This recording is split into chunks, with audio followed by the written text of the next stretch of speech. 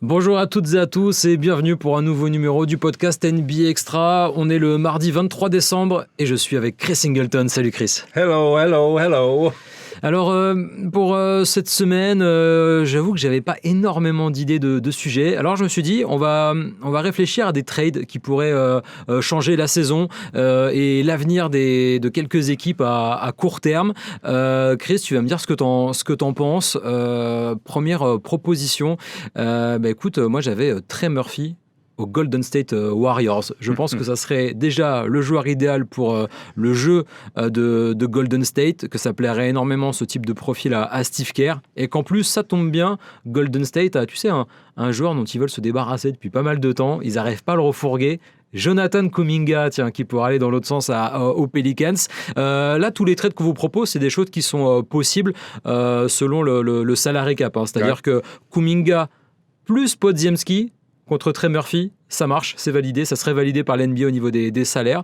Est-ce que c'est un truc que tu pourrais tenter, toi, si tu étais GM des Warriors, Chris? Écoute, Trey Murphy est un joueur, je vais dire, qui est très convoité. Tout le monde le regarde, ce qui sera possible si éventuellement les Pelicans cherchent à choper un peu, à marketer Trey Murphy. C'est vrai que c'est un joueur qui a progressé énormément. Ce qui est intéressant avec lui, c'est que, qu'il est très athlétique, ça c'est sûr. Il est bien dans un jeu de course, il est bien dans de demi-terrain parce qu'il s'est amélioré au niveau du shoot, notamment à 3 points. Donc, ça reste une arme très, très dangereuse. Et puis, de l'autre côté, il défend très, très bien. C'est un défenseur élite. Sur les ailes, et puis il peut défendre, il est très versatile, il peut défendre parce qu'il est quand même assez physique. Il a 2,06. Voilà, il peut défendre presque sur tous les postes, même un meneur, il peut le prendre. On sait qu'il peut défendre contre les intérieurs aussi. Donc, effectivement, c'est un joueur, quand on regarde les Warriors aujourd'hui, ils ont besoin d'un joueur d'impact. Kuminga, évidemment, c'est perdu pour les Warriors. Et puis, il faut bien regarder aussi. Évidemment, on ne veut pas, mais Steph Curry, il va décliner un peu. Il faut un autre force en attaque.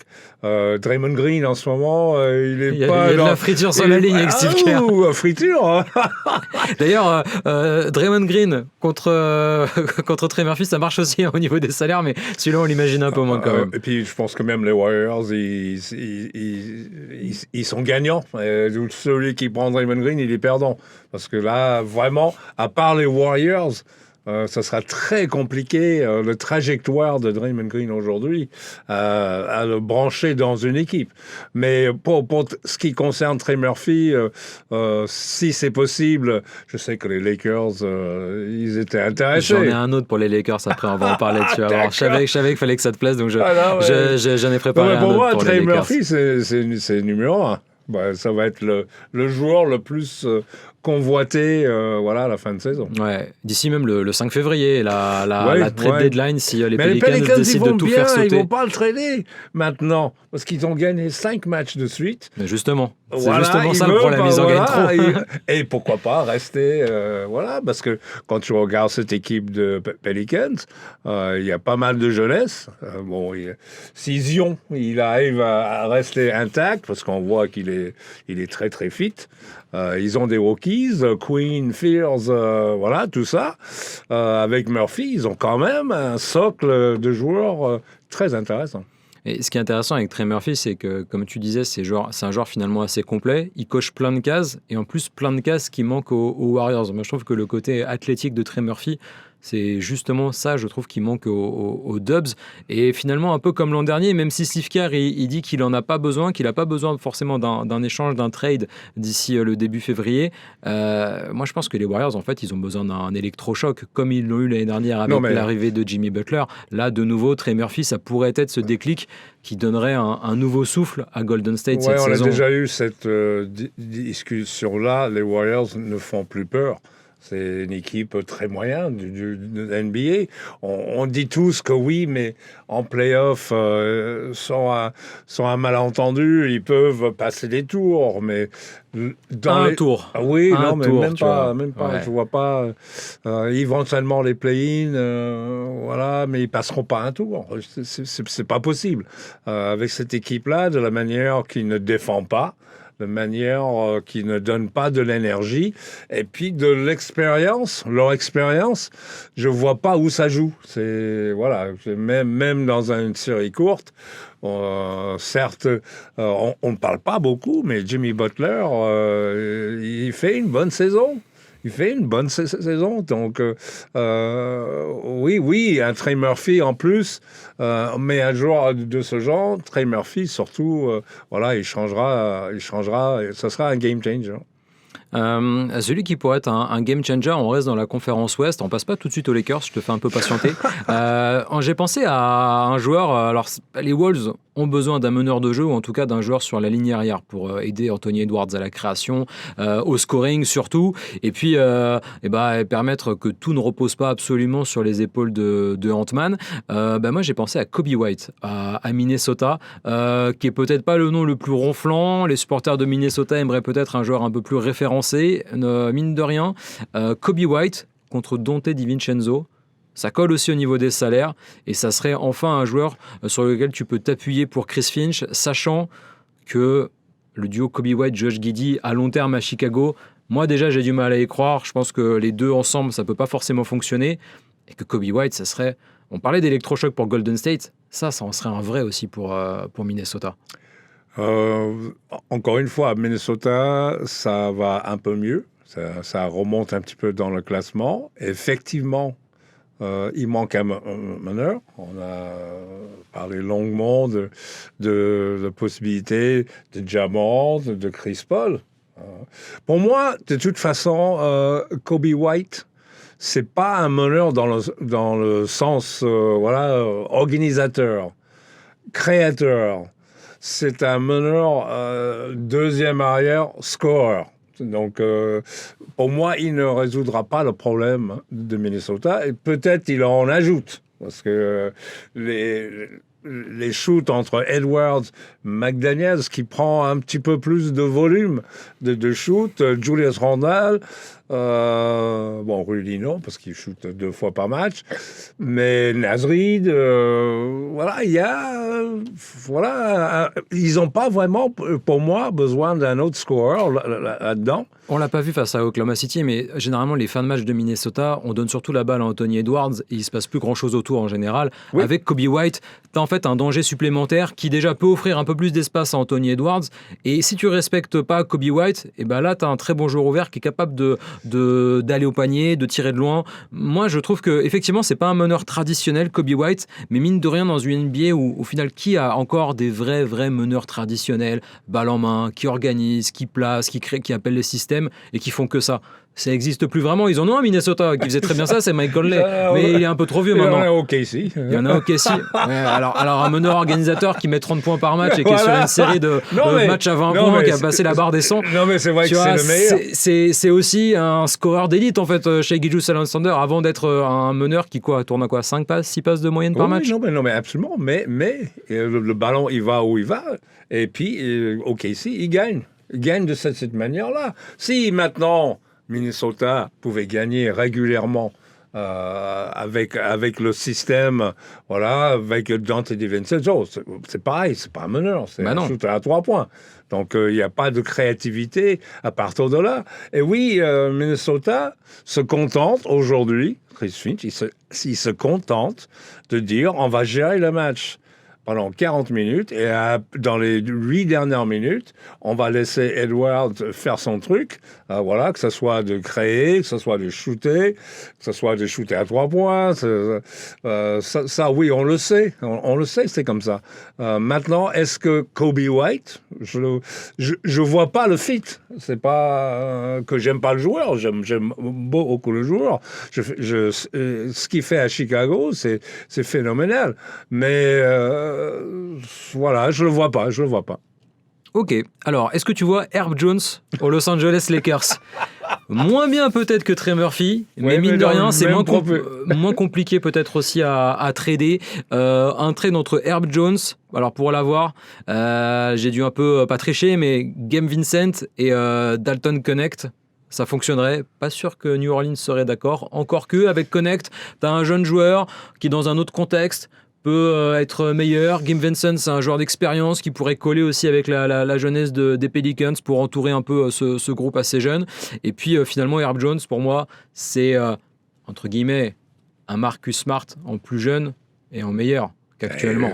Surtout plus grand. Et surtout plus grand. C'est un ailier, Herb Jones. Oui, mais Marcus Smart joue beaucoup à l'aile, mine de rien, avec quand il y a Luka Reeves en même temps sur le terrain. Quand Smart il joue. Il devrait replacer au meneur avec les Lakers parce qu'ils ont besoin aussi. Donc là, non, mais effectivement, bon, Connect, il a montré que c'est une espèce de Duncan Robinson. Ça sera une espèce de Duncan Robinson. Alors, on lui souhaite, s'il arrive déjà arriver au niveau de Duncan Robinson. Oui, mais moi, il y a un an, on n'a pas été aussi élogieux de Duncan Robinson. Hein. Il a fait, un trajet dans le désert. Un peu, donc, mais il s'est ressuscité, et c'est bien. Mais exactement. Autre contexte et meilleur résultat pour Duncan Robinson à Détroit. Ah ben depuis qu'il a changé, oui, Detroit, ça fonctionne à merveille. Donc voilà, il faut Herb Jones, oui, effectivement. C'est un peu dans ce style-là. Bon, dans le trade que vous proposez, effectivement, Gabe Vincent... Tu peux me tutoyer. Oui. C'est mon côté américain. Moi, je tutoie, je vous vois. Gabe Vincent, bon, ça ne sera jamais un joueur stable. Il a beaucoup de blessures. Il a passé plus de temps assis que sur le terrain. Donc, je ne sais pas si c'est vraiment attractif pour les Pelicans. Les Pelicans, ils ont des joueurs de valeur, même s'ils n'ont pas forcément les résultats, à part récemment. Mais ils ont des joueurs de valeur, les Jones, le Murphy, Fields, Queen, Zion, voilà, c'est quand même pas mal.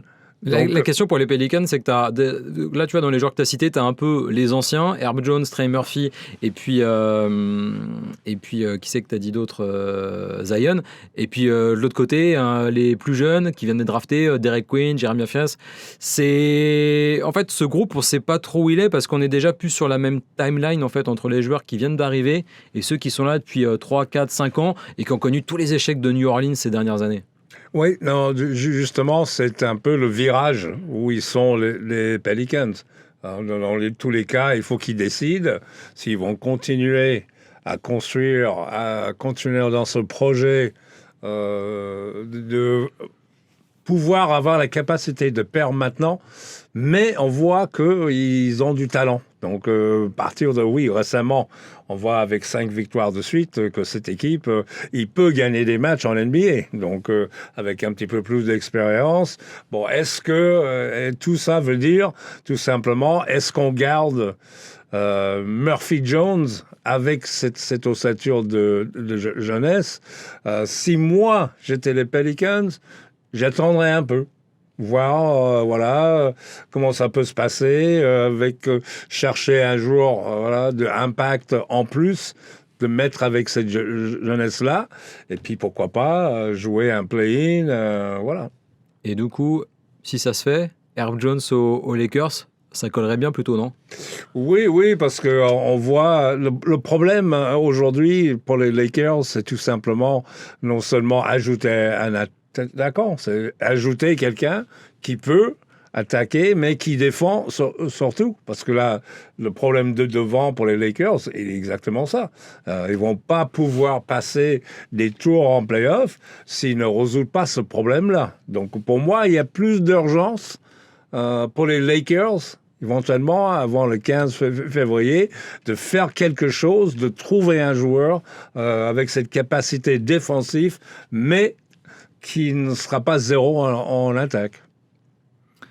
Dernière idée de trade, je me suis demandé, est-ce qu'on n'essaierait pas de sauver le soldat Gershon Yabusele et le faire partir loin du Madison Square Garden, toujours sur la conférence Est. Alors ça serait un trade qui serait facile à mettre en place, mais qui serait peut-être compliqué à faire accepter aux deux parties.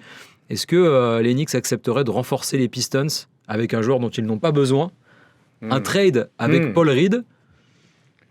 Les Pistons, s'ils ratent Lauri Markkanen, parce qu'on sait que c'est leur priorité a priori, d'ici le 5 février et la trade deadline, est-ce qu'il y a Boussélé à Détroit? Ça serait une bonne idée déjà pour les Pistons.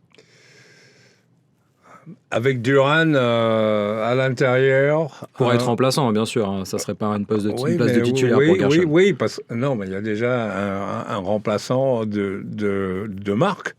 Isaiah Stewart. Donc, est-ce que tu brades le temps de jeu d'Isaiah Stewart? De toute façon, Gershon, il est ce qu'on appelle, il est coincé dans un endroit dur, hein, parce que là, il a pris le risque de quitter Philadelphie, où il avait toutes les éloges, il avait la confiance de Nick Nurse. Il est parti à New York dans une situation. Voilà, on sentait pas venir ça. Parce que Mike Brown, au début, il a fait ce que fait tous les entraîneurs quand ils arrivent pour avoir un impact.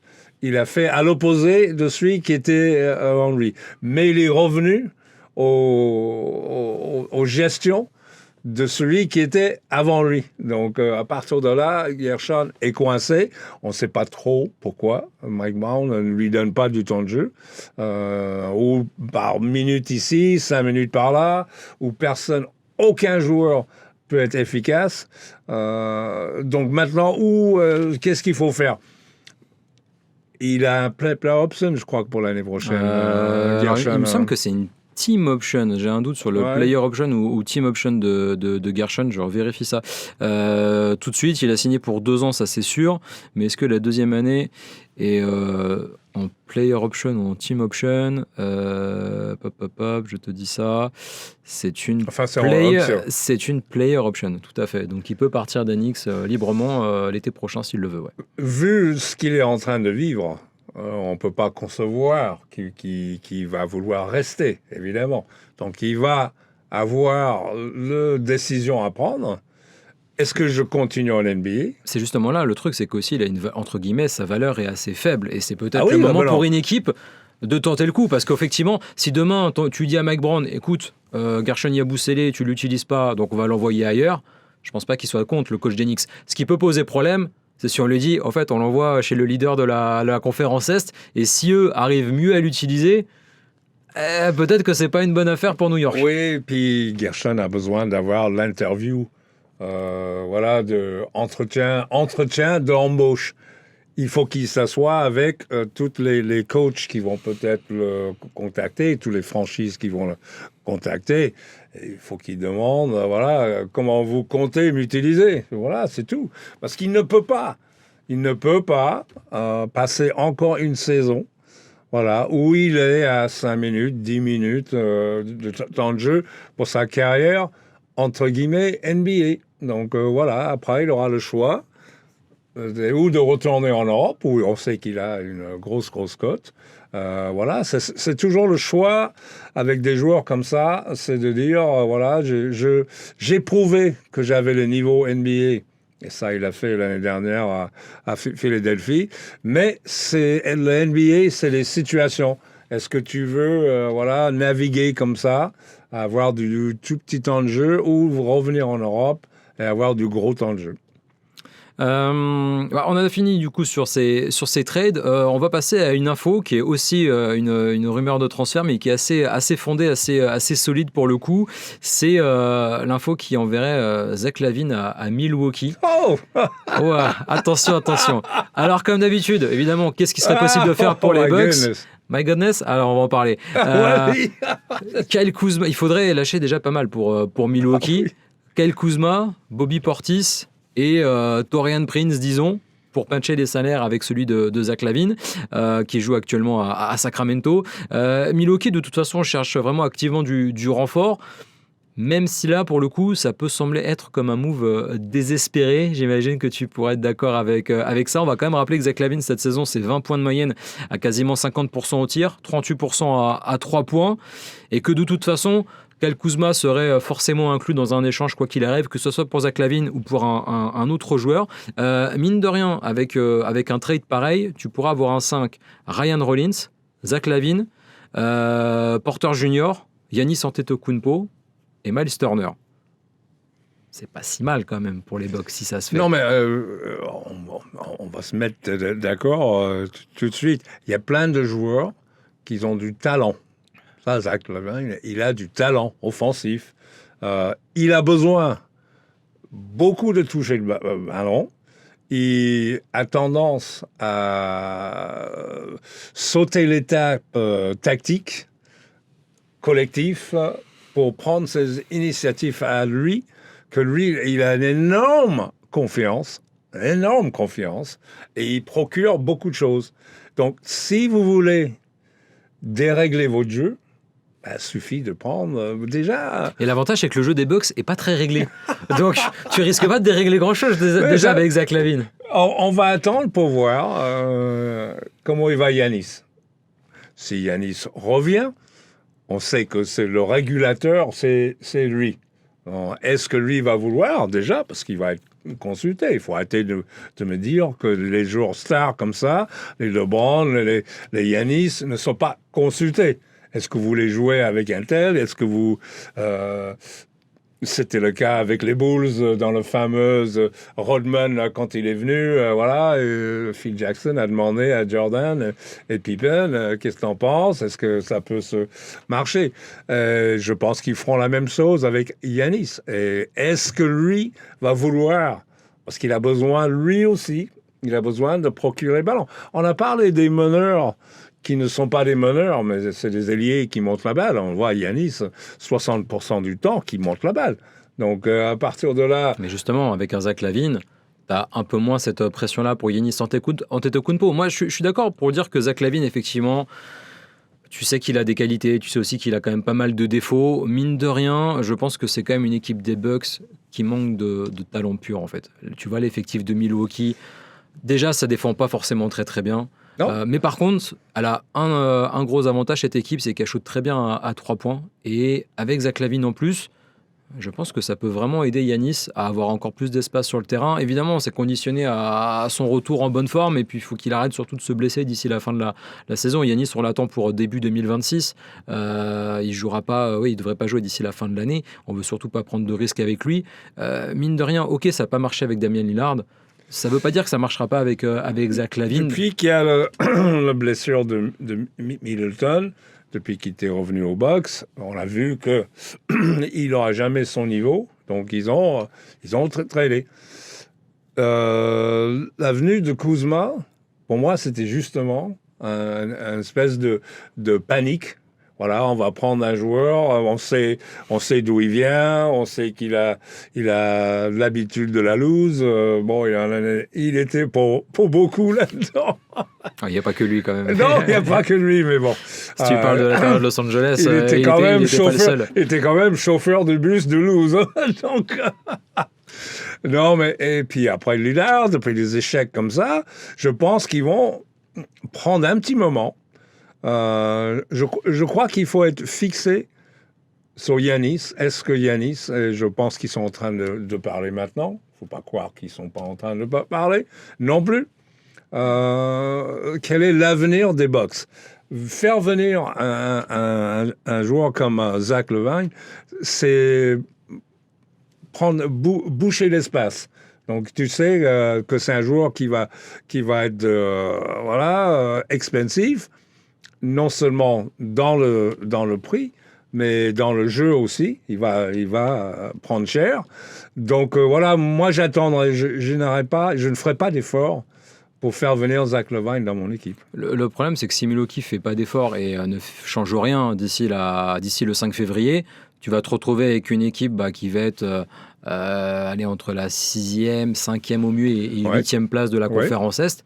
Et à la fin de la saison, il n'y aura eu aucun changement. Et Giannis Antetokounmpo, là, c'est sûr et certain, il demandera à partir. Là, c'est vrai que c'est encore une fois peut-être un panic move, mais c'est peut-être le dernier panic move que tu peux faire pour espérer que ça fonctionne. Je vais te dire mon avis.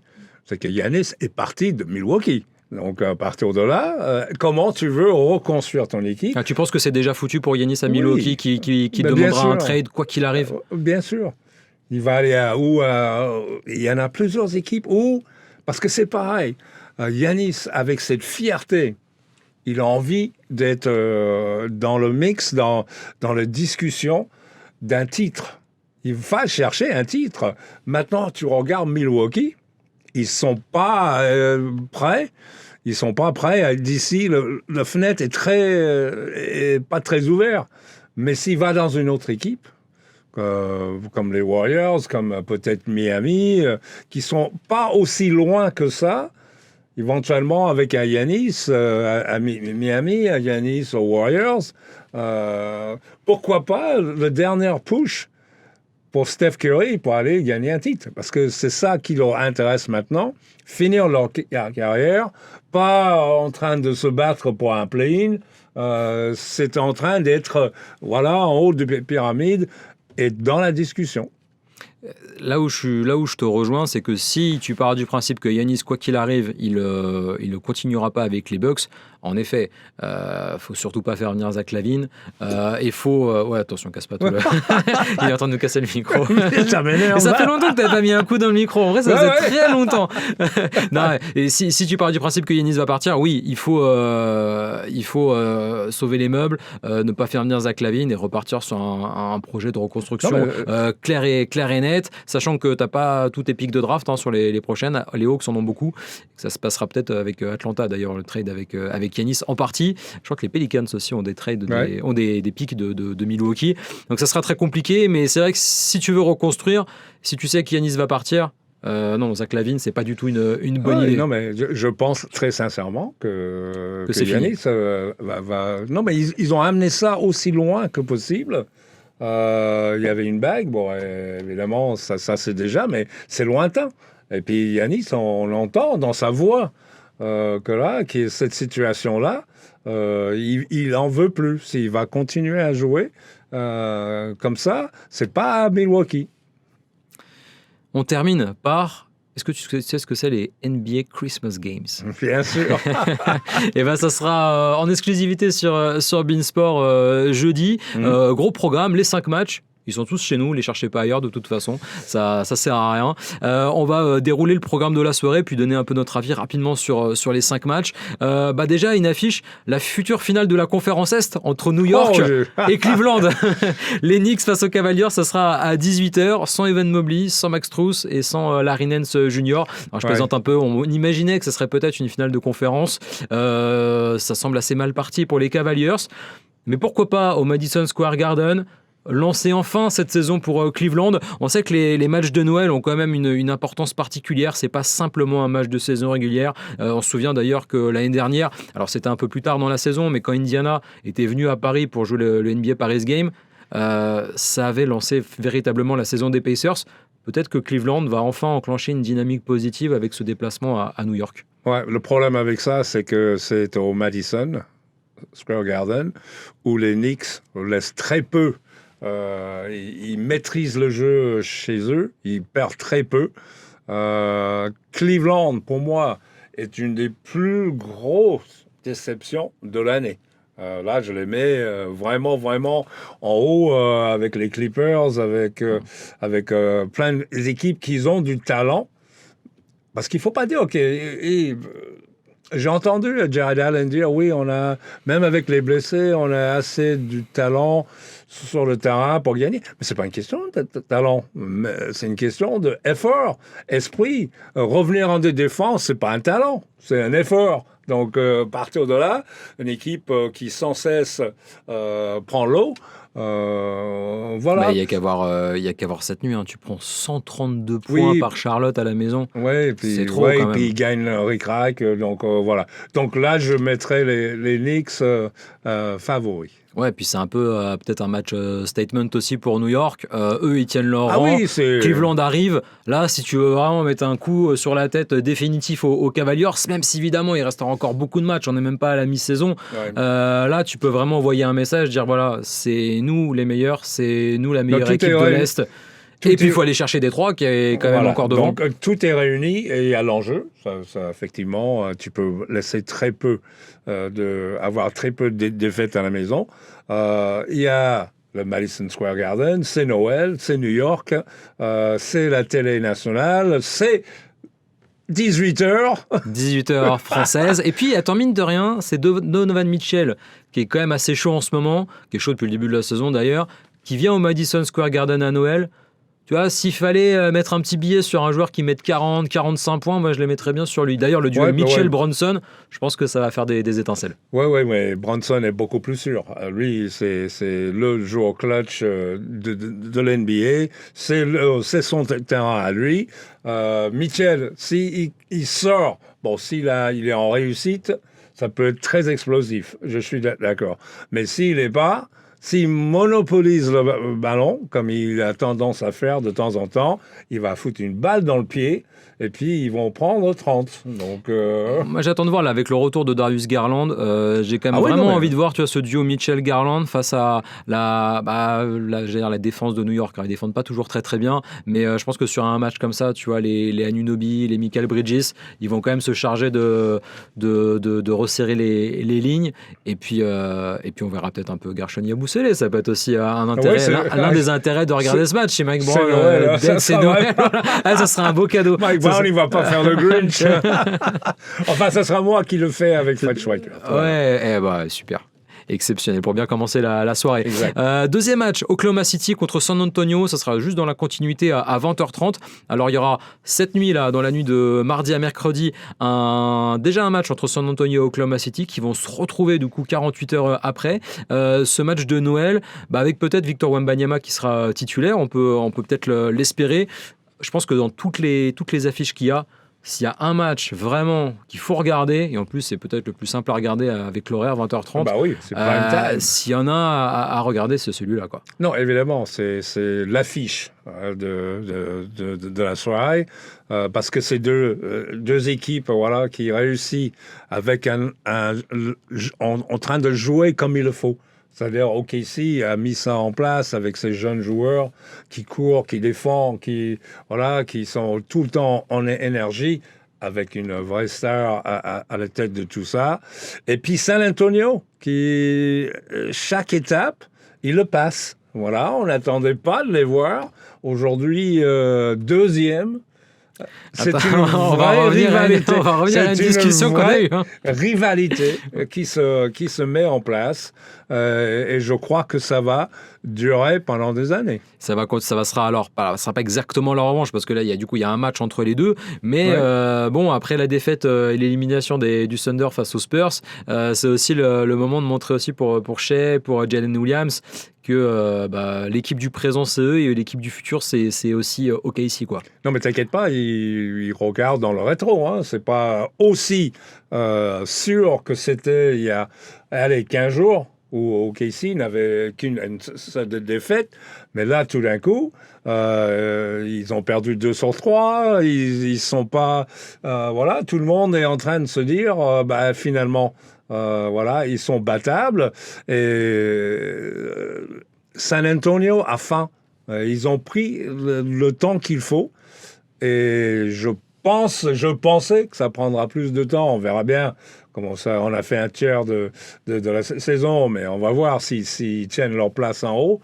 Mais c'est vraiment avec des Castle, avec des Harper, avec Victor, et puis construit très intelligemment.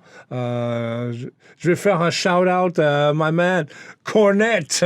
Remember that name. Oui, bien sûr, Luc Cornette. Non, mais ce qui est intéressant, c'est que même avec Victor Wembanyama sur le banc, tu continues à gagner des matchs. Alors récemment, il y a eu 2 victoires contre Washington. J'ai envie de te dire, c'est pas très représentatif. Mais tu bats aussi Atlanta. En fait, San Antonio gagne contre toutes les équipes qu'ils doivent battre. Ouais. Et puis, de temps en temps, ils en perdent un parce qu'ils tombent sur plus fort. Mais en fait, finalement, quand tu fais le compte, il n'y a pas beaucoup d'équipes plus fortes que les Spurs cette saison en NBA. C'est tout simplement ça, quoi. Oui, ils gagnent les matchs qu'il faut gagner. Contre l'année dernière, ils perdaient. Mais là, tout d'un coup, c'est plus solide. Victor est le leader exemplaire, évidemment. Mais ils ont tous la mentalité qu'il faut jouer de la manière qu'il faut jouer pour gagner. Et ça n'a pas d'équivoque quand tu as tout le monde sur la même page. Tu as la jeunesse, tu as les vétérans qui sont très, très solides. Tu as une direction du jeu voilà, qui est parfait. Donc, ils ont su garder les vétérans comme Johnson, comme Vessel et tout ça, ne pas les brader. De croire dans ce groupe et puis le faire, voilà, construire, cuisiner cette équipe voilà, qui joue de la bonne manière. Et puis, mine de rien, si tu gagnes une antenne nationale comme ça en prime time face à Oklahoma City, au classement, alors évidemment, tu vas peut-être pas aller chercher OKC parce qu'il y aurait encore 4 matchs d'écart, mais tu es devant les Nuggets. Tu commences à creuser un écart sur les Lakers, sur Minnesota, sur Houston. Tu vois, si San Antonio gagne ce match, on va commencer à se dire, en fait, San Antonio peut vraiment viser le top 3, le top 4 à minima de la conférence Ouest. Oui, c'est ça. Tout simplement ça. Ils sont montés d'un cran, on les attendait au début 7-8, on les attendait play-in. Après, on les attendait 6-5, on s'est dit, c'est pas mal, ok, ils sont vraiment juste derrière le quator Oklahoma City, Houston, Denver, Lakers. Et en fait, là, à force, on se dit, en fait, ils vont finir devant l'une de ces équipes, voire peut-être même deux de ces équipes. Non, mais c'est vrai qu'on saura plus voilà, après ce match jeudi. Je pense que c'est un moment décisif dans la saison des Spurs. S'il veut être reconnu par, voilà, comme j'ai dit, la télé internationale va regarder, la télé, surtout aux États-Unis, va regarder pour voir, pour comparer les étapes. C'est vrai que OKC a besoin aussi de retrouver ce mojo parce que, voilà, ils étaient en délicatesse depuis un petit moment. Et ça y est, on a vu qu'ils peuvent perdre même plusieurs matchs et on sait à peu près qu'il ne faut pas avoir peur, il faut rentrer dedans, il faut être physique avec eux et San Antonio a ce genre d'équipe. Ça sera, je pense, une explosion médiatique si les Spurs gagnent ce match de Noël. Alors, ils se jouent 2 fois en 2 jours. S'ils en gagnent un des deux, même si ce n'est pas celui de Noël, si c'est celui de cette nuit, je pense que déjà le contrat sera rempli pour l'équipe de Mitch Johnson. Je veux bien, il faut garder. Toi, tu veux les voir gagner à Noël, toi. Voilà, à Noël. Merry Christmas. Juste après, une belle affiche de la conférence Ouest sur le papier, avec 2 équipes qui sont quand même pas très très bien. On en a parlé, les Warriors face aux Mavericks. Ça pourrait être pourquoi pas le grand soir de Cooper Flag qui va jouer son premier Christmas game. Ça sera à 23h. Une affiche qui fait un peu moins rêver, mais il y aura quand même beaucoup de talent sur le parquet. Et puis, Dallas est en opération remontée au classement. Et bon, on ne sait pas trop quoi dire sur ce match parce que c'est vrai qu'on est déçu par les Warriors et puis les Mavericks, on ne sait pas trop où ils vont. On avait dit qu'ils ne sont pas au complet, mais oui, mais Davis rejoue, il prend même des énormes stats et c'est pas assez. Donc, on voit parfaitement bien qu'il manque ce 3e joueur. Thompson, il a des hauts et des bas. C'est pas une équipe sur terrain solide. On sait qu'ils sont capables sur un match voilà, de vraiment être bons, mais ils sont aussi capables d'être moyens dans la direction du jeu, dans les choix. Donc, oui, c'est... Les Warriors, ils ont besoin de gagner, ils ont besoin de battre une équipe comme Dallas, parce qu'eux aussi, ils ne sont pas sur du terrain solide. Ils ont besoin de retrouver un petit peu cette confiance, cette énergie dans leur jeu, et surtout défendre beaucoup mieux. Et là, ils vont être testés par les Mavericks, qui sont quand même une équipe offensive. Et puis attention au chantier que pourra faire Anthony Davis quand même dans la peinture, parce qu'on sait que c'est un gros souci pour Golden State cette saison. Là, si Davis est en forme, au rebond notamment près du cercle, ça pourrait être assez compliqué. Même si Draymond Green, je pense, va se charger quand même du cas AD. Je pense que ça sera un très très beau duel à suivre pour ce match. On enchaîne et on conclut quasiment avec Lakers face aux Rockets. Ça, c'est à 2h du matin. On ne sait pas trop si Luka Doncic sera là. Austin Reeves pourrait être de retour, tout comme Hachimura et Ayton. C'est des joueurs qui manquent là, actuellement aux Lakers. Ça fait beaucoup pour LA. Bon, s'ils sont pas là, ça va être très compliqué pour Los Angeles. Et même s'ils sont là, ça sera pas facile pour les Lakers, qui vont devoir montrer les muscles, parce qu'en face, on sait que Houston est très très fort de ce côté-là, et c'est justement ce qui manque à Los Angeles, cette dureté physique et puis ces efforts. Oui, on a 2 équipes à l'opposé. C'est-à-dire Houston, vraiment très physique, une des équipes les plus physiques de la NBA, surtout devant. Voilà, avec Thompson, même Kevin Durant, tout ça, ça défend bien. Ils ont des défenseurs des élites. Şengün, voilà, il est dur aussi. Et surtout, il va falloir l'arrêter. Et le repli défensif, il va être testé de la part des Lakers, parce que Houston, ça cavale. Donc, voilà. Attention aux pertes de balles, parce qu'on parle de deux équipes qui perdent qui perdent le plus de ballons c'est un peu savonné. NBA. C'est un peu savonné, le ballon. Qui sont un peu gourmandes de ce côté-là. Il n'y a pas que parce qu'ils veulent jouer vite. Ils veulent jouer vite. vite. Donc, à partir de là, des fois, les passes, ils sont approximatifs. Mais on va voir. Et LeBron, il va falloir... on sait que lui, le Christmas Day, ça va être important pour lui. Il sait que c'est peut-être un de ses derniers. Donc, il va vouloir briller. Et puis la dernière affiche, 4h30 du matin, peut-être la moins médiatique, mais je pense qu'elle vaut vraiment son pesant de cacahuètes. Denver, Minnesota. Les Nuggets donc, qui accueillent les Timberwolves. C'est pas une rivalité, mais c'est quand même un gros choc de la conférence Ouest depuis déjà quelques années. Et évidemment, le duel, il est tout trouvé à distance entre Nikola Jokic et Anthony Edwards. Ça pourrait être une affiche assez popcorn quand même pour terminer cette belle soirée. Oui, il y a deux équipes offensives, deux équipes qui sont la flèche en haut. Ils sont en forme en ce moment. Denver qui a perdu 2-3 matchs à domicile, mais ils ont rectifié le tir. Minnesota, évidemment, qui tourne excellent. Voilà, c'est une très, très bonne équipe. C'est toujours ce petit problème de meneur. Mais s'ils arrivent à mettre la défense en place, parce que Denver, il se souvient des playoffs quand Minnesota les a ridiculisés avec une défense énorme. Ils avaient même su contrôler à peu près Jokic, donc on va voir. Il y a des beaux duels. Jokic, Rudy qui est en forme. Edwards, Jamal Murray, qui est en forme. Donc, on a des joueurs qui sont en forme offensif et effectivement, ça peut être le bûche de Noël. Voilà, s'il reste encore un peu de place le dessert. Après le dîner. Bon, ça sera à 4h30 du matin. Du coup, le match va se terminer à 7h vendredi matin. Voilà, si vous enchaînez tout, il faut quand même mettre du sparadrap sur les yeux à la fin pour pas que ça. Il n'y a pas de match le 26. Il n'y a pas de match le 26. Debout, Exactement. Il n'y a pas de match non plus dans la nuit du 24 au 25 décembre. Écoute, merci Chris, on a bien parlé ensemble, plus de 40 minutes.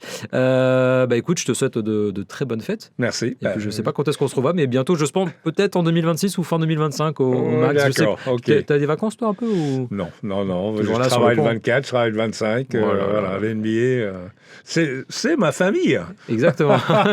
Et tu vas passer du coup un très bon réveillon. Je vais passer le repas de Noël, ça sera une pizza et une bûche. La pizza sur la bûche et après la pizza non. Merci à toutes et à tous, très bonne fin de semaine et puis passez de très bonnes fêtes sur les antennes de Bean. Ciao. Bye.